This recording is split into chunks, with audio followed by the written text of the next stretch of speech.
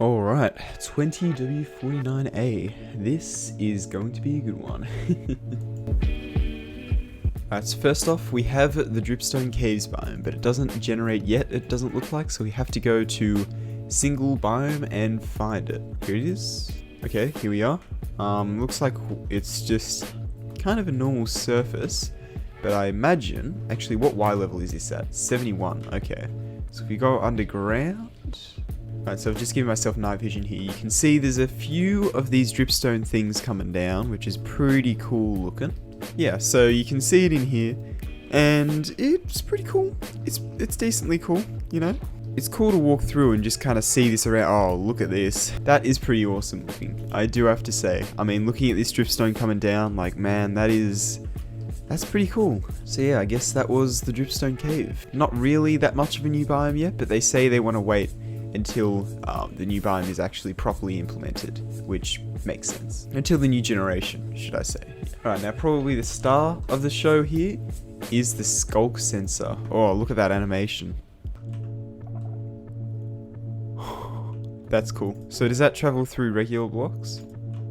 It certainly does. Okay. So this, I believe, should give off a redstone signal when it activates, right? And it certainly does. That is awesome. So, my first thought when these things came out, my very, very first thought is, what happens if you hook one of these up to a piston door? Because if you put one down there, you can see it detects it. Oh, this is exciting. Okay, so as you can see, it kind of does that. Oh, and it constantly activates as well because of that. But I think I'm going to go ahead and put a pulse extender into this thing. So if you're walking, it doesn't stop detecting that you're walking. So if we walk away, maybe the doors will close? Okay, no, it does that. So as you can see, we can just walk up to this door and it'll open automatically. That is the coolest thing ever. Oh my god. So it detected it, but it didn't open the doors.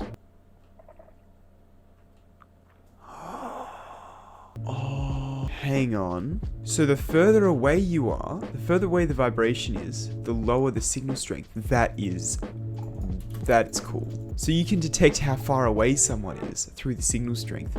That's amazing. Right, well, that kind of puts a spanner in the works then. So I believe this should work. So if we walk up to this door, it automatically opens. No pressure plates required. Just some wool underneath, which is kind of annoying, and it just opens. How awesome is that?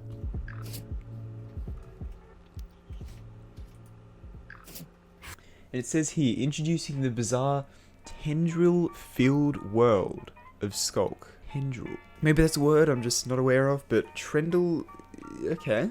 And it says here that a vibration is anything that causes physical motion, which is interesting. So I'd imagine it would pick up minecarts as well. Yeah, that's physical motion. It does that, but if I crouch...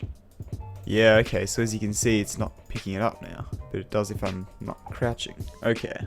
Same with falling. It looks like if I crouch, yep, it doesn't detect that. And Skulk Sensors won't listen to vibrations created by other Skulk Sensors. Cool. When a vibration is detected, it is sent from the source location to the sensor at a speed of 1 gain tick per block. Okay, so doing like the wireless redstone thing isn't actually any quicker than doing observers. Let's actually test that.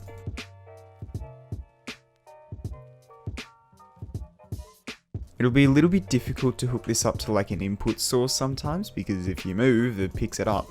But if we have like, just create a small little room up here. Oh, do carpets work with the wool occlusion? Okay, yeah. So if the floor's wool, it doesn't pick you up walking. But then it also doesn't pick up the button, does it? There we go, now it picks up the button. That actually looks cool. But yeah, so we can just have a button up there and then a Skulk sensor down there and it just won't detect. But these things don't look like they're going to be as easy to work with as expected, because as soon as you try and go, alright, let me hook this up to a monostable circuit real quick. Okay, so I've just hooked that up to a T flip-flop, so when we press the button...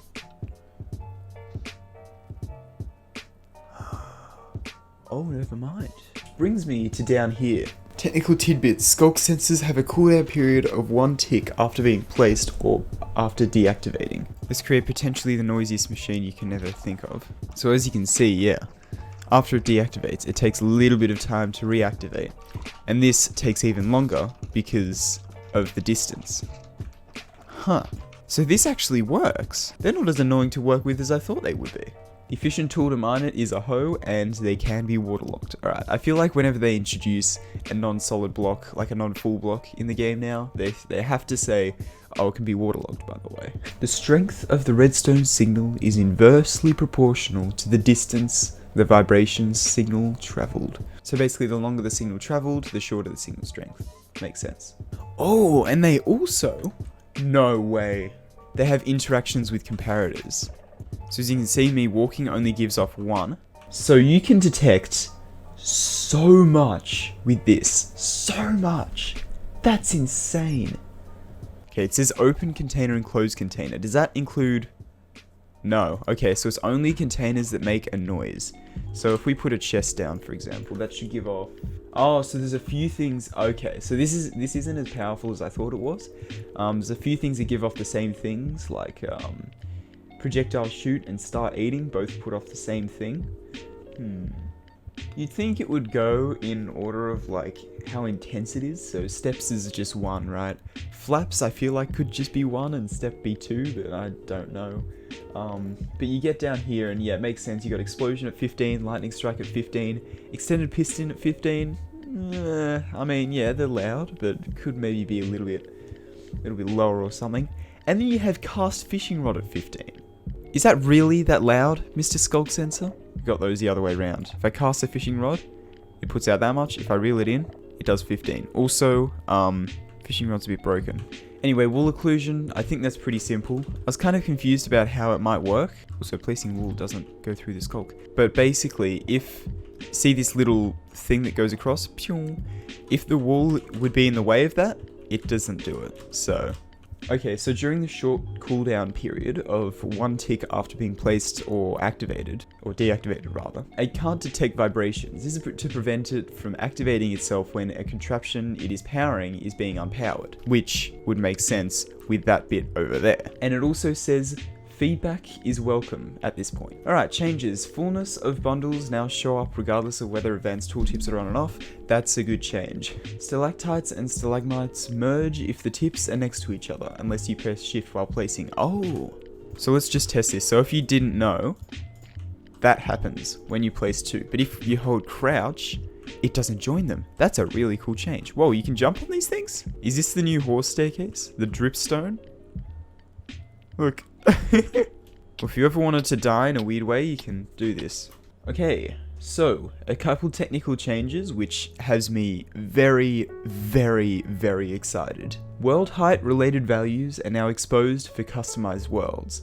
Now, in my head, in my little brain, what that signifies to me is that the world height limit might change for newer worlds.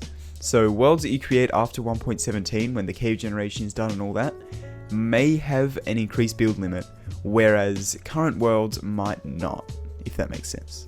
Because otherwise, if you're exploring in a current world, it'll just go poof, and you'll just have a massive wall of just like cave. Because, well, if you think about it, the new cave generation is going to take up a lot of space, and it quite simply, for being honest, is probably not going to fit in this tiny little area down here. I mean, really, this isn't a huge amount of space, especially if they want to have multiple like depths. Because if you think of a game like Terraria with the caves go down super deep. The floor level, it goes down like 300 blocks or something like that. Now, will this go down 300 blocks? Probably not. But it needs to go down a little bit more than the around 60 that it goes down now. And the max build height server setting has been removed because that was kind of useless. I mean, let's be honest. Couldn't increase it past 256, it was only to lower it, and who the hell is doing that? Oh, added occlude vibration signals block tag. So you can put that tag onto any block and place it, and that'll occlude for the Skulk Sensor. That's not very useful for survival because obviously you don't have commands in survival, but for creative that is amazing.